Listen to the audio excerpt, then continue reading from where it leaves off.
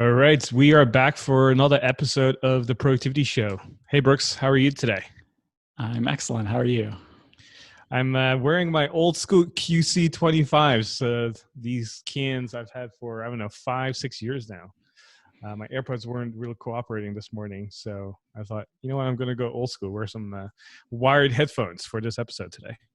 Yeah, you won't be able to walk across the room and turn off the light like you did the other day on camera. You'll hit the reach of your cord and pull your computer off. So you better stay at the computer this time. I know, first world problems. But let's not talk about that. Let's talk about challenges that we have overcome over the last 3 years. But before we start diving in today's episode, I want to make sure everyone knows who's who. This is Tan Pham, founder and CEO of Agent Efficiency, where we help people become more productive at work and in life. And I'm Brooks Duncan, the operations director here at Asian Efficiency. We're the hosts of the Productivity Show. Super, super excited to be here talking about what may not be a pleasant topic for us, but will hopefully be a very useful topic for you. So before we start diving into the content today, one of the things we always like to do is share some of our favorite resources as of lately. So I got 3 of them here today for you. So the first one is a service called Wings, and it's spelled Wingz or Z. And it's a rideshare service. But the beautiful thing is, instead of Uber or something like Lyft, you can actually book your car in advance and then also have the same driver come pick you up. So you can kind of build like a relationship with the same driver. So this is a service I personally use whenever I go to the airport or whenever I want to be picked up from the airport, whether it's in my local town in Austin or in other cities where they are available. This is my preferential service. Again, we're not affiliated with them, just a service that I really love and recommend. The second one is a book called Smart Cuts. This is a great book about thinking differently and thinking outside of the box to accomplish your goals. This is one of those books I always like to revisit maybe once or every other year, because it's such a great book to really rethink about how you accomplish your goals and how you go on your path. So I think that's the best way I can describe that book. And so I don't want to give away too many strategies that are in there because you have to go check it out yourself, but it's a worthwhile investment. So check out Smart Cuts. And then the third one, this is a really expensive hobby, but a new one that I have as a very recent, which is flying a drone. So I have a drone, which is the DJI Mavic Mini. It's the one that is the smallest one, under 250 grams, so you don't have to register it anywhere. And you can just fly it, take pictures, capture tons of fun footage. It's a really fun hobby. It's a nice way to be creative and disconnect from work and get yourself out of your house. It's a really fun hobby. I've had mine for maybe about 10 days now, and I've pretty much flown every single day just to learn how to use this thing. So it's kind of like a fun adult toy in a way. So highly recommend you get yourself one as well. All right, Brooks, we're going to be talking about how we came or overcame our challenges, I should say. And if you're listening to this, obviously you're interested in productivity and being your best self. So maybe there's something in your work or personal life or general, like life in general, where you are kind of like stuck when it comes to being productive and living your best life. That's frustrating you. If that resonates with you, then there's something in it for you here today, because many of us have been down that path, and hopefully we can shortcut the process for you. Maybe things are going pretty well for you, but you know there are areas in your life where you can improve. And then maybe everything is perfect already and life is pretty great, and you just want to hear how we have suffered in the past. If that is entertainment to you, then you're in the right place as well. So Brooks, let's just kick it off here. Where do you want to start? Yeah, there's nothing wrong with a little productivity schadenfreude. So yeah, if you just want to hear about Tan and I twisting on the vine, that's totally great. No judgment there at all. But yeah, so we've all had challenges at some point in our life. Maybe they're tough work situations. Maybe they're mistakes that we've made in the past. I've definitely made my share of productivity mistakes, which you heard about on the podcast over the years. Maybe it's just something external. It's totally natural and expected to have these kind of productivity challenges. Nothing ever goes perfectly according to plan, and when it does, celebrate it. But often that's not the way it is. So the problem happens though is when we don't actually learn from our challenges. So we have these challenges, maybe we overcome them. totally. Maybe we overcome them a little bit, but the key is what can we learn from them and what can we apply to future situations. What we thought we would do is look back at some of our challenging situations that we've had in the past and try to unpack, like, why were they a problem, what did we do about them, how did things improve if they did after we tackled them.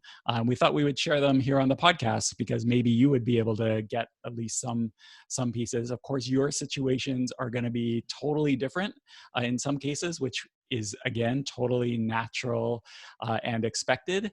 And we do want to acknowledge that when we're talking about challenges here, obviously in the grand scheme of things, our challenges might not be super earth shattering. We're both reasonably healthy. We haven't had to go to the food bank. At least I don't know your situation, Tam, but I don't think so. I have kids, but I also have a spouse that really helps with childcare. So you may have challenges that totally go beyond that, which we completely understand.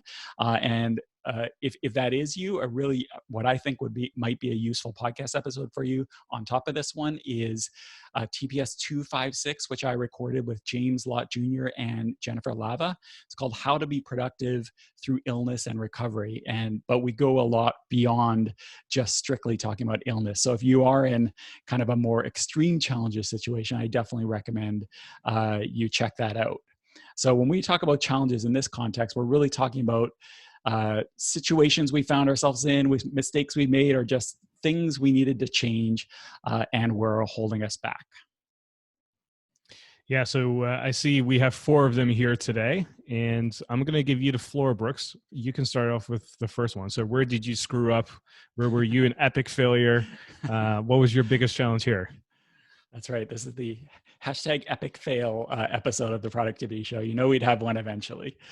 Okay, so my first productivity challenge that I thought of when we first started talking about doing this episode is back when I worked at a financial software company.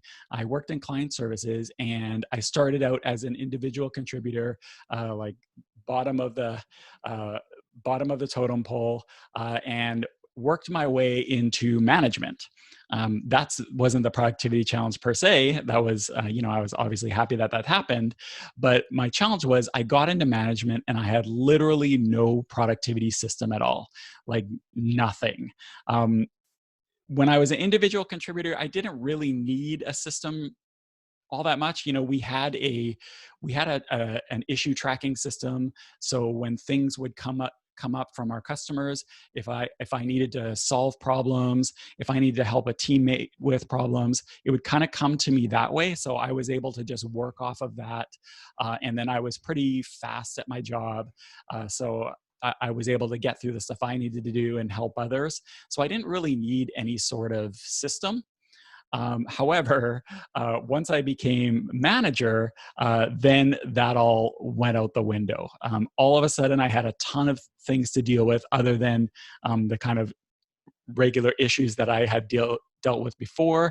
I had requests coming in from different parts of the company. Then we got bought out. So all over the world, I had requests coming in. All of a sudden, I wasn't just responsible for my career, but I was responsible for the career of my staff. So I'd have to help them develop.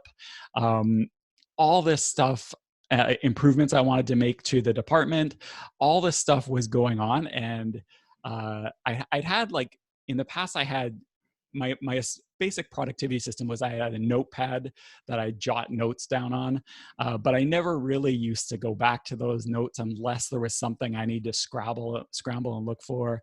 And I had a calendar, but it really only had kind of like the regular departmental meetings on it. I didn't use it proactively in any way. And even a to-do app, I didn't really use a to-do app. I had a BlackBerry, and there was I don't remember what it was called. Maybe there's BlackBerry users listening that are old school BlackBerry users that are listening to this screaming. It was called Tasks or To Do or something like that. Maybe I would put something in there if it was really important, but that was about it. And it was kind of like going from high school to university. In high school, some people may this resonate with. I was like this. I didn't really have to study too much in high school. It was fine. I was able to just kind of get my stuff done, do exams. I never really had to study, but then once I got to university, wham! It just like hit me like a ton of bricks. The jump up totally changed things for me. So that was my real productivity challenge. So what really led to you then wanting to change or do something about this? Yeah, I think it was definitely not an intrinsic thing. Like I realized I was struggling, but I was I felt like I was managing. It was more when I'd be asked for follow up on things, or I'd be in a meeting talking about how we were going to do this and that in the department, or I would handle this or that situation, and then realize that I had said the exact same thing in a meeting maybe 3 months ago and nothing happened on it. Or I'd have staff members kind of get annoyed with me because maybe they'd ask me to do something for them, help them out with something, and then I drop the ball. And this is one thing maybe some people listening to this can relate to. This is even more difficult when you are working with coworkers and then you become their boss. So that was a difficult transition too. And then when you're in those situations, they're maybe more willing to let you know what your failures are when you used to be their equal and now you're their manager. So that was really the thing that those were some examples of the things that really made me realize I needed to do something. And so what changes did you then apply or actually follow through on that kind of like addressed everything for you? Well, I knew that I needed to change something, but I didn't really know what, because I had zero productivity experience and zero productivity system. I didn't even really know that productivity was a thing that one could get into. But I knew I didn't want to just get some app. Like I didn't want to find a to-do list and try that. I knew it was something more fundamental than that. I don't know if you remember, I'm sure it's still around, but there was a website that was really popular back in the day called Slashdot. Any nerds might be familiar with that one. That used to be a site that I read a lot, and I noticed on there a lot of people were talking about this book called Getting Things Done. So it seemed to be something that a lot of people found really helpful. So I bought it. It was my very first purchase from Amazon, Amazon Canada, that and a bunch of Merchant Ivory DVDs because my first son had just been born. So I bought Getting Things Done for me and Merchant Ivory for movies like Howard's End, Room with a View for my wife. So those were my first Amazon purchase. And basically what I did is I read it, and then I knew that this is something that I would have to change. I couldn't just make little tweaks here and there. I knew I would have to do something pretty drastic. So I took a whole weekend, which was not easy for me to do with a newborn son. And it was even less easy for my wife, obviously. But I went into the office and basically tore my cubicle. I was in a cubicle at the time, tore my cubicle apart. I really took to heart that initial capture phase that the book talks about, where I took a stack of paper. I had my inbox, my physical inbox. I'd write things down that I needed to do. I went through all my drawers. I went through my email inbox, my calendar, my notes, the sticky notes all over the walls everywhere of my cubicle. I went through there and I captured everything, and then got rid of a bunch of junk. And that took literally a whole weekend to do. And then I wanted to have a GTD software, but because we were in financial services, I couldn't use some of these web-based softwares. So I found some software that I just found the other day called Trax. It still exists. And it was a Ruby on Rails program that I installed on a local computer and started using that. So it was the GTD methodology combined with a tool that would help me keep track of everything. Yeah, and it was such a huge impact of doing that. Just going shock and awe and taking the time, which I didn't really have, but I cleared out. I cleared out space to be able to do it, and it was one of the most fundamental changes I've ever made in my work life. Like actually being intentional about productivity and taking action on the things I needed to do. And, you know, David Allen in the book talks about that state of mind like water. Um, After that weekend, and every time I did the weekly review, because that was the other thing, uh, I had that mind like water feeling, and I could actually, I knew I was always on top of the things that were going on, and then people around me felt that too. It was quite a big difference, and that combined with being able to actually have more of a work-life balance, just taking that one weekend. And then the regular weekly reviews made a huge difference. I actually have a very similar story about that, but I'm going to share that a little bit later because I feel like there's a time when you are struggling and overcoming things before you discover productivity, and I've one just like that.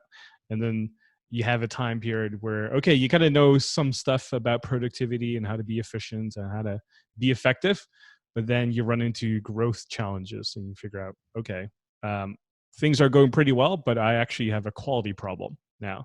And that's actually one of the challenges I had personally, because when this is back, like I want to say 2014, 2015, when Asian efficiency was growing really fast, we were at that time like hiring a lot of people. And then also we were literally drowning in opportunity. And what I mean with that is, you know, things were going well, like we're growing in size, we're growing in revenue. And there's like all these different things we could have done. We could have done new workshops. We could have started a conference. We could have started creating a new course. We could have focused on online advertising. We could have focused on doing more live training online. We could have done all these different things. And we were literally drowning in opportunity in the sense that, okay, whatever we pick, you know, if we really focused on it, we could probably grow the company very significantly, right? And so we had like 6, 7, 8 options in front of us. And we were overconfident at the time because we decided to chase multiple opportunities, even though we knew of the whole idea of like one thing at a time or just focusing on one thing. Or if you ever read something like Essentialism, you try to cut back on as many things as possible and just focus on, again, right, the one thing. And so we were like, you know what? We are really smart people. We are productive people. We are Asian efficient. We can do 2 things. We can definitely do 3 things, no problem. And so we started to chase all these opportunities. We wanted to do online advertising. We wanted to do like live events. We wanted to create a new course. And we quickly very realized that a few months in, that was not going to work.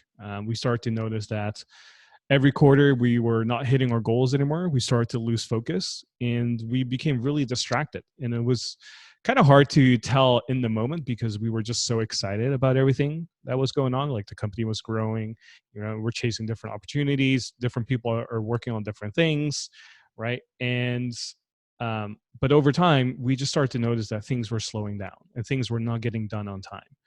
And when things were not consistently done on time, that's when we knew, okay, we have a problem. And it wasn't only until like months and months after that when we realized, okay, we probably chased too many opportunities. We start to notice like multiple quarterly goals start to get missed. And when that happens multiple times, like people really lose kind of like steam. They kind of lose motivation. People are not as excited when you start a new quarter, knowing that the last 2 or 3 quarters failed, right? So this whole morale thing within the company was just going down, down, and down. And that was simply because we were just chasing too many goals, too many opportunities at the same time. And then when you add on top of that, that you're losing money as well because you're not being efficient anymore. Money is flowing out because you're investing in different things, but you don't get stuff done on time, so you don't get a return on your money, and so on. It starts to create a lot more problems as a result, right? And so we realized, okay, we are focusing on too many different things. We need to start cutting back. And that's oftentimes really difficult when you say, hey, you know, instead of doing 2 or 3 things at the same time, we just need to cut back to one thing. And then part of you just always goes, oh, man, what if we did this other thing though? Like maybe just 1 or 2 hours a week, you know, or 3, 4 hours on the weekends or something, you know, we can still do it, right? But we had to be really disciplined to say, no, we're not going to do that. We're just going to do one thing at a time, right? And so we had to cut back to just focusing on one opportunity or one goal every single quarter. And once we start to do that, things start to go back to normal again. We started to hit our quarterly goals again. Companies started to grow again instead of losing money or losing revenue. We started growing again and keeping it alive during crazy times, and investing for the future. And so it's one of those, like, I used to think it was like a luxury problem where you are drowning in opportunity and how can you actually go backwards. But I had to learn this lesson very much the hard way. So how do you, if you do have that problem where, if so, or if somebody is having that problem where they're there are just so many opportunities or just so many quote unquote priorities, how how do you evaluate them? How does somebody know of these different things that could theoretically be a priority? What are some things that you think about when you're deciding which of those uh, things to focus on is what the main priority is going to be? Yeah, so it used to be just literally just be based on a vision, right? Or a gut feeling, and just say, hey, this is what we're going to go for, or we're going to do these 2 or 3 things. And then I forgot who introduced me to this tool. It might have been at a mastermind I was going to, but they were showing the ICE matrix. And Brooks, since you've done quarterly planning before, you know what this is. And this is actually a strategy a lot of corporate companies use. And ICE stands for impact, confidence, and ease. Right? So impact, confidence, ease, ICE. So what you do is you create a table, and on the horizontal line, you have a column called I, or um, impact, then C, or confidence, and then E, which is ease. Right? So I, C, E. And then on the vertical line, you then have opportunities, right? So you create this matrix essentially where you have all your opportunities and then you score them based on how impactful will this be? What's the impact of something like this, right? So for example, let's say we have 3 opportunities for Asian efficiency, which is hosting a conference, right? Creating a new online course, and online advertising, right? Those were some of the things that we were going after. So then you would write those down in the vertical column, and then you would score them every single opportunity, and then multiple people would score them as well, right? So I would say on a scale of 1 to 10, what's the impact that this particular opportunity could make? So let's say we're talking about conferences, right? So what's the impact on this? This could be revenue, this could be helping people. Like, it's just your way of gauging and defining what impact means. And so maybe I'd say it's a 10, right? And then we would then look at the next column, which is confidence, C. What type of level of confidence do you have that you can pull this off, right? So 10 meaning, oh, we can definitely do this. 1 meaning, oh, I have no clue, right? I don't know if this is actually going to work or not. So maybe since we've never done a conference before, I would rate it like maybe like a 3 or 2 even, right? Let's just say it's a 2. And then ease, meaning like how easy is this to implement this stuff? Since we've never done it before, I'm going to probably say it's a 1. Okay. And then you multiply the scores, right? So the first one was 10, the second one was 2, and then the third one was 1. So the total score is 20. So that's the total score for the conference opportunity that we have, right? So then we would do the same thing, but we would ask someone else on the team. So I would ask Brooks, hey, Brooks, what do you think about the conference opportunity? You would rate it yourself, and then you have a different score, and then we go around the table, and then everyone has like different scores, and then we would do that the same process again for every single opportunity. And so you take away all sort of bias and emotions as much as possible, and you just look at it from a kind of like framework point of view and say, okay, everyone seems to think that based on the scoring, that the conference has the highest impacts and potentially the highest opportunity as well for growing the company compared to the other opportunities which are scored lower. And so that doesn't mean that we're always going to go with that particular opportunity, but at least it creates a framework and parameters around, okay, what should we pursue and why shouldn't we? So that was a big game changer for us, is to implement that ICE matrix.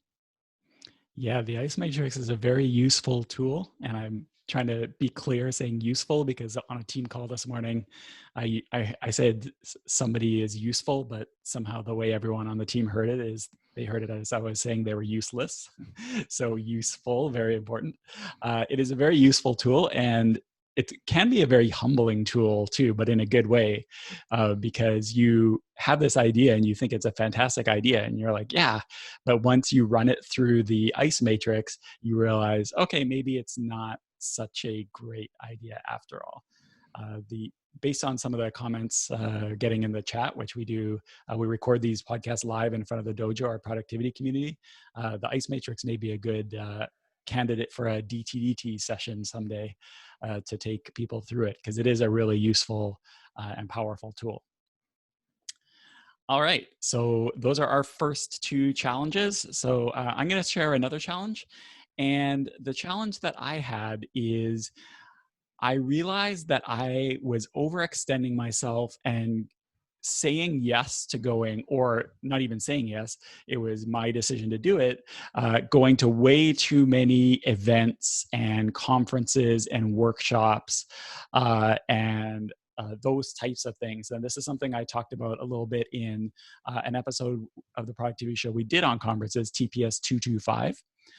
But basically, I was at a time in my career where if something seemed interesting or even tangentially related to my business or what I did, I went to it. And even if I had to travel, I still, if something looked cool or I thought to myself, oh, this could be good for business or whatever, I would go to that conference. And I remember there one year I realized it was at some point in a year, I don't remember when, I realized that I had been to San Francisco 5 times that year. And I had my favorite Thai place that I would eat at. I started recognizing, some of the people around town, because I was going to the same area also. That's when I realized that something's got to change here. There's no reason that I personally should be in San Francisco 5 times during the year. And so I found that I was spending a ton of time and money on things, and it was hard to say that it was worth it. Like, maybe I'd be there, I'd meet friends, I'd have a good time, I'd sit in some interesting sessions maybe.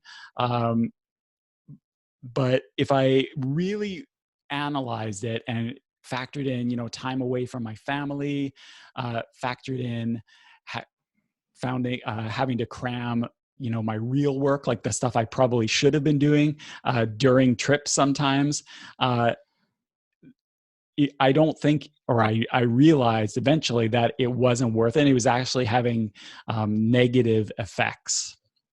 And it was actually when I first joined AE, that's when I realized kind of coincidentally, that's when I realized that something really was not right with this situation. Because right as I was starting at AE, I was speaking at a conference in Salt Lake City. Salt Lake City, by the way, really nice place. I'd love to go back there. But I was in Salt Lake City, but I didn't really get to see the city at all because I was in my hotel room the whole time.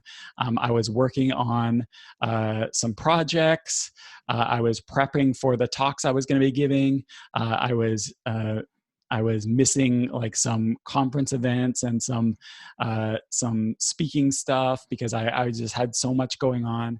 And I just sat there in my hotel room and I realized, like, what am I doing here? Why am I putting myself through this? So what I ended up doing, my first thought was, as far as like the changes I was going to make, is I thought, okay, well, I'll just scale back. I'll be more choosy about the events that I go to. I'll be more picky. And I know Derek Sivers is famous for having a scale that he uses for choosing what to focus on. I'll find it and put a link to this in the show notes, where his threshold is, if something isn't a hell yes, then it's a no. So I could have gone that way, but what I decided to do, because I decided that wouldn't really work for me, because how could I make that determination, even whether something is a hell yes or not? Uh, what am I really basing that on? So what I ended up doing, which was kind of interesting, because Cal Newport described this exact same process in Digital Minimalism, his book about being more mindful with technology, is I decided to go cold turkey. So I no conferences, events, speaking for a year. And then after that, I would see where things go. Do I still want to do it? Is it something I miss? Am I having some sort of negative impact in my life or in my business from not doing it? And that's the kind of approach that I took, because I figured by just slashing everything to the ground, then I could be more mindful and choosy about what I added back.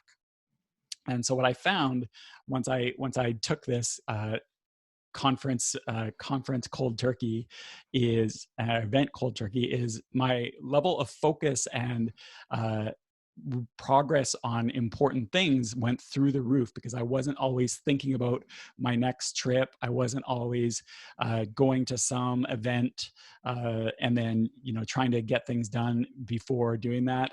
And I found that I didn't really miss it that much. There's people I definitely miss, certain people that I liked seeing at different events, and I kind of miss seeing them. But and it's connecting over social media and stuff like that isn't quite the same, for sure. But I so far I haven't really gone back to doing it. I only go to sometimes I go to local events, some really select ones. Like a while ago, we had a mastermind in Austin, and so I went to that. That was fantastic. And I'm not saying I will never go to conferences or travel again or anything like that once we're allowed to travel again. But for now, my default is a no, unless there's like a really really good reason for a yes. Well, with the shelter in place now and the quarantining, I'm guessing you're not really going anywhere now either, Yeah, right? exactly. Yeah, this is something that in the chat Alice just said. Actually, she says, and for all of us, obviously, shelter in place has forced her to have an event cold turkey, whether she wanted or not. But she thinks there's probably going to be many events that won't return to the schedule, because some conferences you go to just out of habit. You went to XYZ 2018, so you're going to go to XYZ 2019, and sometimes you even buy your ticket for next year's conference, and it just becomes a thing you do. But now that all of us have kind of broken that chain, whether we like it or not, it'll be interesting to see if more of us choose the conference minimalism strategy. When you said that, it reminded me of someone that we personally know, and he lives also in Canada, on an island, and he Yes. goes to this conference every single year, and he buys his ticket without his wife's permission. He just goes, and then he'll ask for forgiveness later. Yes. That's just what it reminded me of when you said that. Yeah, I was there when his wife found out that that he was going one year, and it was not a pretty sight. So yeah. So be in communication. That's a big takeaway Mhm. there too. But Yes, yeah, I definitely. hear you. When you go to something just out of habit, it's it's easy to justify to yourself to say, oh, well, if I just learn one thing, then it's worth the ticket, right? And then you can just justify literally anything you want, and it's really easy when you pre-purchase something, or you're like, oh, well, I'll just go just to kind of check it out. We can rationalize very quickly why it is a good idea and why we should go. And I think going cold turkey in that sense gives you some perspective to say, okay, is it actually worth it? Is it worth my time now to continue to go? And also, when life circumstances change, maybe you have a kid, right? Or your position changes, or some health concern you might have, or family concerns might pop up. You always want to reevaluate, and I think going to something just out of habit is not a good use of time. And by the way, I'm not saying that going to conferences and events is something that you should try to cut out. If that's something that you do, it could be that for your role, for your business, it makes a lot of sense to do that. It's just for me, and my situation, once I really evaluate it, I realized that it didn't. Your role and your situation might be different, but it's definitely worth whatever your kind of habit and thing you spend your time on, or interruption you let into your life. It's worth asking the honest questions of whether something really is worth it or not. Yeah. So if you're an operations guy as well, don't send yourself to a sales conference or something, because it might be interesting, but probably not a good use of time. But that's a whole different story, Brooks. I'm not going to send Yes. you to a Salesforce conference or something like that. But if you ever want to go to an Atlassian conference, I think that would be a great idea. But All right. obviously, with everything going on right now, that's probably not going to happen until next year. Probably not. So you're going to go cold turkey for a few more months, I'm going to guess. Yep. Whether I like it or not, that's what's going to happen. Yep. So when it comes to my second challenge that I'm going to share with you here today, it's actually very similar to Brooks's original story, because when I first started working full time, I dropped out of college after my third year to start working at this life coaching business in Los Angeles. And it was my version of pursuing the American dream. It's one of the reasons I moved to the States, was to pursue the American dream. And initially that was going to college, but then I dropped out. And I got promoted within, I believe, like 3 months when I started working there. And I started off as an intern, and then after 3 months of working really hard, long days, and just being on top of everything, I was now the marketing manager. And I was now responsible for bringing in revenue, bringing in new clients, managing top clients that we had. And so as a 20-year-old, almost turning 21, I had no clue what I was in store for, because I just got by working really long days and working really hard. And as a young kid, I was just really excited, and I just didn't know any better by just other than just working hard, right? And as you gain more responsibility, as you are responsible for managing team members now, kind of like you were saying, Brooks, I have peers and now I have to be their boss. You have to learn all these new management skills. You have to learn all these different soft skills. You have to learn how to do 10 million different things, even though you can't actually do them. You have to teach or learn how to delegate and teach to your peers how to do certain things as well. And it was just so overwhelming, especially as a 20-year-old. And so I started to not sleep that much. I was feeling really stressed. I was also losing clients over time and losing opportunities, and I wasn't contributing as much as I used to be. And because of all the stress and not working out and lack of sleep, I put on about 20 pounds in like 2 or 3 months.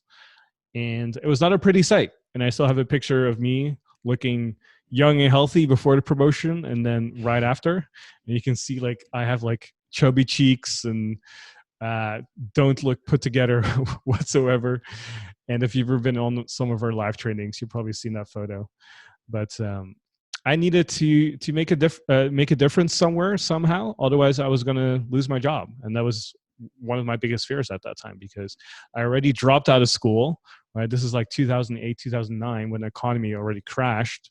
There were no job opportunities, and as somebody who dropped out of school on a student visa, all of that on top of each other, you're just like, I have no shot other than to keep this job. And so I remember looking myself in the mirror one morning. I was like, man, I am so fat. I have like bags under my eyes. I didn't sleep much. I feel terrible. I'm not excited about, going to work. And when I was thinking about the American dream of why I came here, like I was not motivated to do anything whatsoever. And at that moment, I realized, okay, something really has to change. And so I was already someone who liked to read. And I started to just go back to reading. That was kind of like my coping mechanism in a way of just like escaping. And so I started to read a bunch of books about the brain, and I was always interested in how the brain worked, and how you maximize your brain power, how you become smarter that way, and that kind of stuff. And just studying neuroscience in general, I was always fascinated by that. And then somehow that led me into reading GTD. And so I started to read, getting things done. And I've always seen the book around. My uncle had it on his bookshelf. I've seen it on the internet. You've heard about it, but it wasn't until I picked up a copy.